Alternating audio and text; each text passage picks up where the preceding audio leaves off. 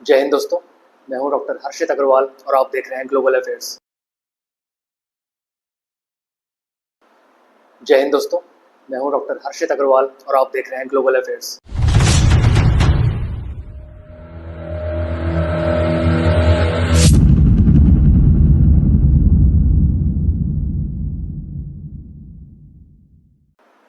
अभी हाल ही में यूएस का स्टेटमेंट आया फिर से कि भारत हमको बहुत सारा सामान बेचता है लेकिन हमसे कॉर्न तक नहीं खरीदता, यानी मक्का तक नहीं खरीदता। ट्रम्प का जो पालतू है हावर्ड लुटनिक, जो वहाँ का यूएस का कॉमर्स सेक्रेटरी है, उसकी स्टेटमेंट आई है ये कि इंडिया हमसे कॉर्न तक परचेज नहीं करता, जबकि इंडिया को कॉर्न की ज़रूरत पड़ती है।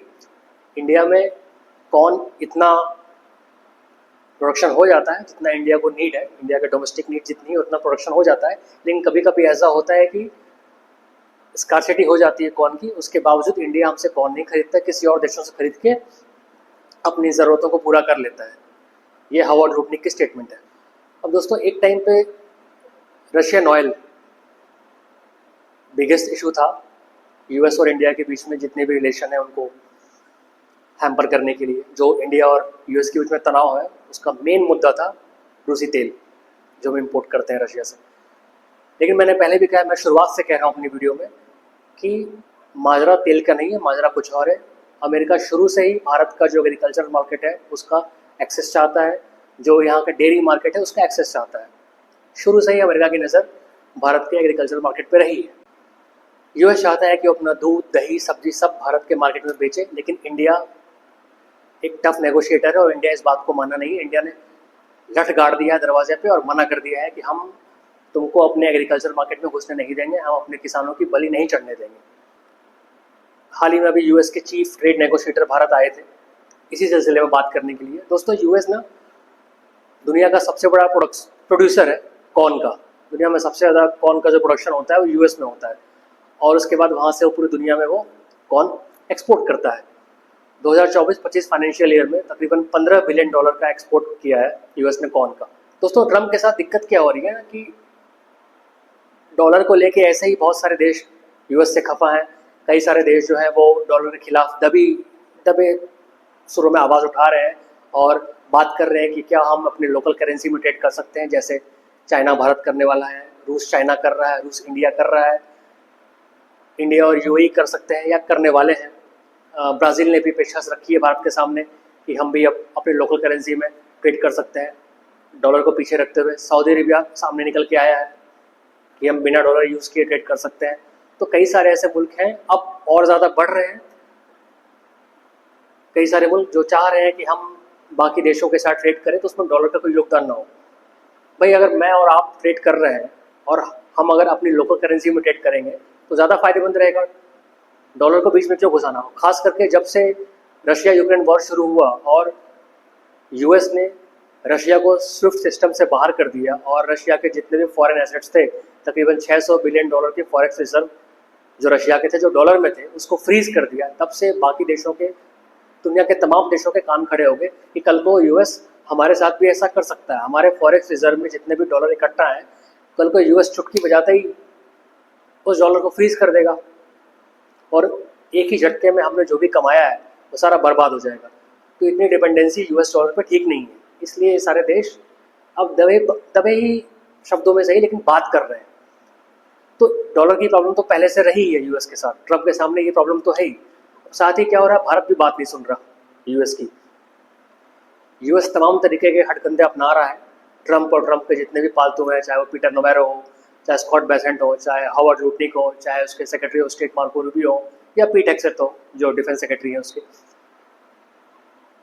बार बार ये लोग भारत का नाम ले रहे हैं क्योंकि भारत के बिना इनका काम नहीं चलना। भारत इनकी मजबूरी बन चुकी है।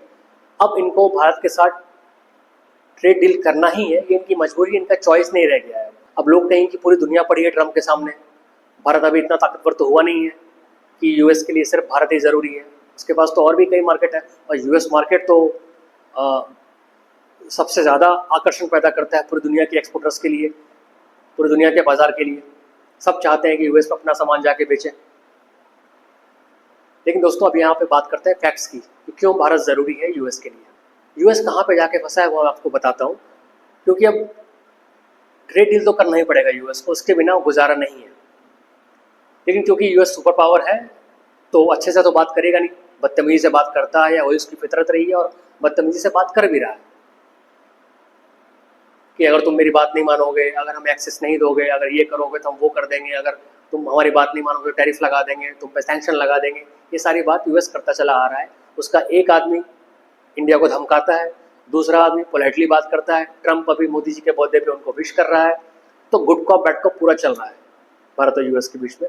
लेकिन अल्टीमेट गोल ये है कि किसी भी तरीके से इंडिया के एग्रीकल्चर मार्केट में मुझे एक्सेस मिल जाए ताकि मैं अपना सामान यहाँ पे बेच सकूँ। दोस्तों, जब पिछले साल नवंबर में जब यूएस का इलेक्शन हुआ था, उससे पहले जो इलेक्शन कैंपेन हुए थे, ट्रंप के मैनिफेस्टो में था, ट्रंप ने अपने सारे किसान भाइयों को बोला था कि हम जैसे सत्ता में आएंगे, जैसे रिपब्लिकन पार्टी सत्ता में आएगी और मैं प्रेसिडेंट बनूंगा, दुनिया का सबसे बड़ा मार्केट आपको ला के दूंगा, आपकी झोली में गिराऊंगा।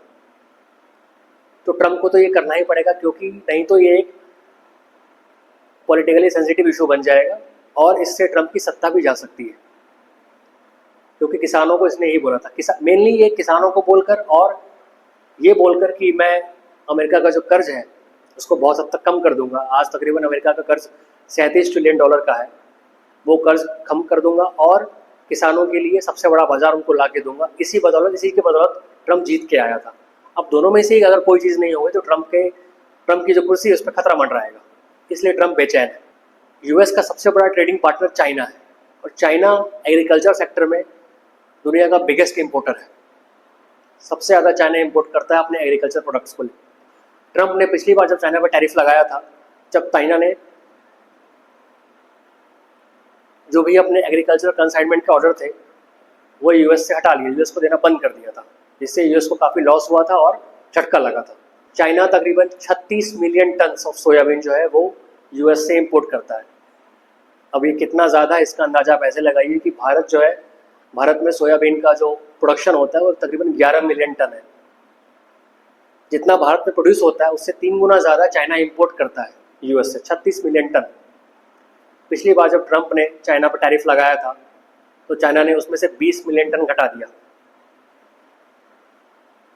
वो बाजार चाइना ने किसी और को दे दिया, डिमांड किसी और को दे दिया। तो एक ही झटके में ट्रंप के टैरिफ लगाने से यूएस को 20 मिलियन टन का फटका लगा और उसके बाद चाइना 36 मिलियन टन से 16 मिलियन टन पे आ गया। 16 मिलियन टन सोयाबीन वहाँ से परचेज करता था यूएस से। अब जब फिर से ट्रंप ने चाइना पर टैरिफ लगाने की कोशिश की, ट्रंप को धमकाया, शी जिनपिंग को धमकाया, तो चाइना ने क्या किया, अपने पूरी सप्लाई चेन को ही शिफ्ट कर दिया। चाइना ने यूएस से बिल्कुल ही बंद कर दिया सोयाबीन लेना और उसने ब्राज़ील को और अर्जेंटीना को एग्रीमेंट साइन करके दे दिया। वहाँ से एग्रीमेंट कर लिया कि अब मैं साल के 60 मिलियन टन सोयाबीन जो है वो ब्राज़ील और अर्जेंटीना से लूँगा। ब्राज़ील ने बोला कि हम इतने सोयाबीन तो आपको दे देंगे लेकिन हमारे पास इंफ्रास्ट्रक्चर नहीं है, हमारे पास पोर्ट्स नहीं है। तो चाइना ने ब्राज़ील के साथ एग्रीमेंट किया कि ठीक है, हम आपको पोर्ट्स डेवलप करके देंगे, आप सोयाबीन उगाओ, हमें आप सोयाबीन बेचो, बदले में हम आपको पोर्ट्स डेवलप करके देंगे। एक एग्रीमेंट आपके साथ साइन करते हैं। तो एक ही झटके में यूएस को 36 मिलियन टन सोयाबीन जो है उसका मार्केट यूएस के हाथ से चला गया। अब ये कोई छोटी मोटी चीज़ तो है नहीं, क्योंकि इतनी बड़ी आबादी सिर्फ 2 ही देश के पास है, एक चीन और एक भारत। इतना बड़ा मार्केट सिर्फ 2 ही देशों के पास है। कोई छोटा मोटा मार्केट तो है नहीं कि सिंगापुर ले लिया, इंडोनेशिया ले लिया। बहुत से बहुत ये लोग लेंगे भी अगर अमेरिका के डर से तो 1 लाख टन 2 लाख टन लेंगे, लेकिन यहाँ पे बात हो रही है मिलियंस ऑफ टन्स की। तो उस मार्केट की खपत जो है वो भारत और चीन ही पूरा कर सकते हैं। इसने चीन में तो मना कर दिया, अब उसके पास ऑप्शन बचता है सिर्फ भारत का। इसलिए ट्रंप बौखलाया हुआ है, किसी भी तरीके से उसको भारत का मार्केट चाहिए एग्रीकल्चर का। और दोस्तों, फसल ऐसी चीज़ है ना कि वो ऐसा तो नहीं है कि एक बार होती है बस, वो तो साल दर साल होती है, हर साल फसल होती है, हर साल उनका कंजम्पशन करना ज़रूरी है, नहीं तो फसल बढ़ती चली जाएगी, स्टॉक बढ़ता चला जाएगा उसका और फसल बर्बाद हो जाएगी, किसान को सही दाम मिलेगा नहीं, फसल सरप्लस हो जाएगी। और दोस्तों, इकोनॉमी में कहावत है, एक स्टेटमेंट है कि deficit is bad but surplus is verse. यानी किसी भी चीज़ की कमी हो जाना बुरा है, लेकिन किसी भी चीज़ का ज़्यादा अमाउंट में हो जाना, ज़्यादा मात्रा में होना, वो हानिकारक है, वो सबसे बुरा है इकोनॉमी के लिए। तो इस वजह से सरप्लस होना बहुत ही बुरी बात है। किसानों को उनका खरीद दाम मिलेगा नहीं, फसल बर्बाद होगी, पैसा नहीं मिलेगा। और अब तक जो अमेरिकी सरकार एक्सपोर्ट पे सब्सिडी देती थी किसानों को, अब उनको इनकम सपोर्ट भी देना पड़ेगा, जिससे बिलियंस ऑफ डॉलर का एक्स्ट्रा खर्चा बढ़ेगा यूएस का। ऐसे ही डेट बहुत ज़्यादा है और डेट और बढ़ जाएगा यूएस पे। जो ट्रम्प बात करता है कि मैं कर्ज माफ़ कर दूंगा, मतलब कर्ज कम कर दूंगा यूएस का, आते ही कर्ज तो कम हुआ नहीं, टैरिफ पे चलते और पूरी दुनिया से दुश्मनी मूलवाने के चक्कर में जो डेट है वो और बढ़ता चला जाएगा। दोस्तों 2022 तक यूएस जो है वो एग्रीकल्चर सेक्टर में नेट एक्सपोर्टर था, लेकिन 2022 के बाद से अब इंपोर्टर बन गया है। एग्रीकल्चर सेक्टर में जो यूएस का ट्रेड डेफिसिट है वो 40 billion dollar, Chinese 40 billion dollar का ट्रेड डेफिसिट है इंडिया यूएस का एग्रीकल्चर के मार्केट में। और ये सिर्फ सोयाबीन को लेकर नहीं है, गेहूं के साथ भी यही हाल है, वीट के साथ भी यही हाल है। पहले यूएस 30 मिलियन टन गेहूं, वीट पूरी दुनिया को एक्सपोर्ट करता था, लेकिन बाद में रूस भी कूद गया वीट के मामले में। अब रूस 50 मिलियन टन एक्सपोर्ट करता है गेहूं पूरी दुनिया को। तो जितने भी पहले अमेरिका के बायर थे जो वहाँ से वीट खरीदते थे, वो रशिया के पास चले गए, क्योंकि रशिया अब सस्ते दामों में वीट दे रहा है। यही हाल कॉर्न के साथ हुआ, मक्के के साथ, जिसको लेके हावर्ड हुडनी का स्टेटमेंट आया कि भारत को मक्का खरीदना चाहिए हमसे, क्योंकि भारत हमें बहुत सामान बेचता है लेकिन हमसे मक्का तक नहीं खरीदता। यूएस का मक्के का सबसे बड़ा इंपोर्टर मैक्सिको था, जो यूएस के जस्ट नीचे है, लेकिन अब मैक्सिको ने भी अपनी सप्लाई चेन डाइवर्ट कर ली और वो भी ब्राज़ील और अर्जेंटीना से मक्का ले रहा है, क्योंकि वहाँ सस्ता पड़ रहा है उसको। भाई सही बात है, जाहिर सी बात है, जो हमें सस्ता माल देगा वहाँ से लेंगे। हर कंट्री के लिए उसका नेशनल इंटरेस्ट सबसे टॉप प्रायोरिटी पे होता है उसके, तो जहाँ से भी सस्ता माल मिलेगा वहाँ से लेगा। तो ब्राज़ील और अर्जेंटीना से सस्ता माल मिल रहा है, सस्ता मक्का मिल रहा है, तो मैक्सिको ने वहाँ से लेना शुरू कर दिया है। तो तकरीबन 11 मिलियन टन मक्का यूएस के पास सरप्लस है, 18 मिलियन टन गेहूं सरप्लस है और 36 मिलियन टन के आसपास सोयाबीन जो है उसका सरप्लस है। अब इतना सरप्लस लेके यूएस कहाँ जाएगा? अगर यूएस को जल्दी मार्केट नहीं मिला इसकी खपत के लिए, तो जितने भी किसान हैं वो उनका भरोसा ट्रम्प से उठ जाएगा। और चूँकि वो सारे किसान ज़्यादातर स्विंग स्टेट्स पर पाए जाते हैं, तो कभी भी जो ट्रम्प का वोट बैंक है वो उसके हाथ से खिसक सकता है।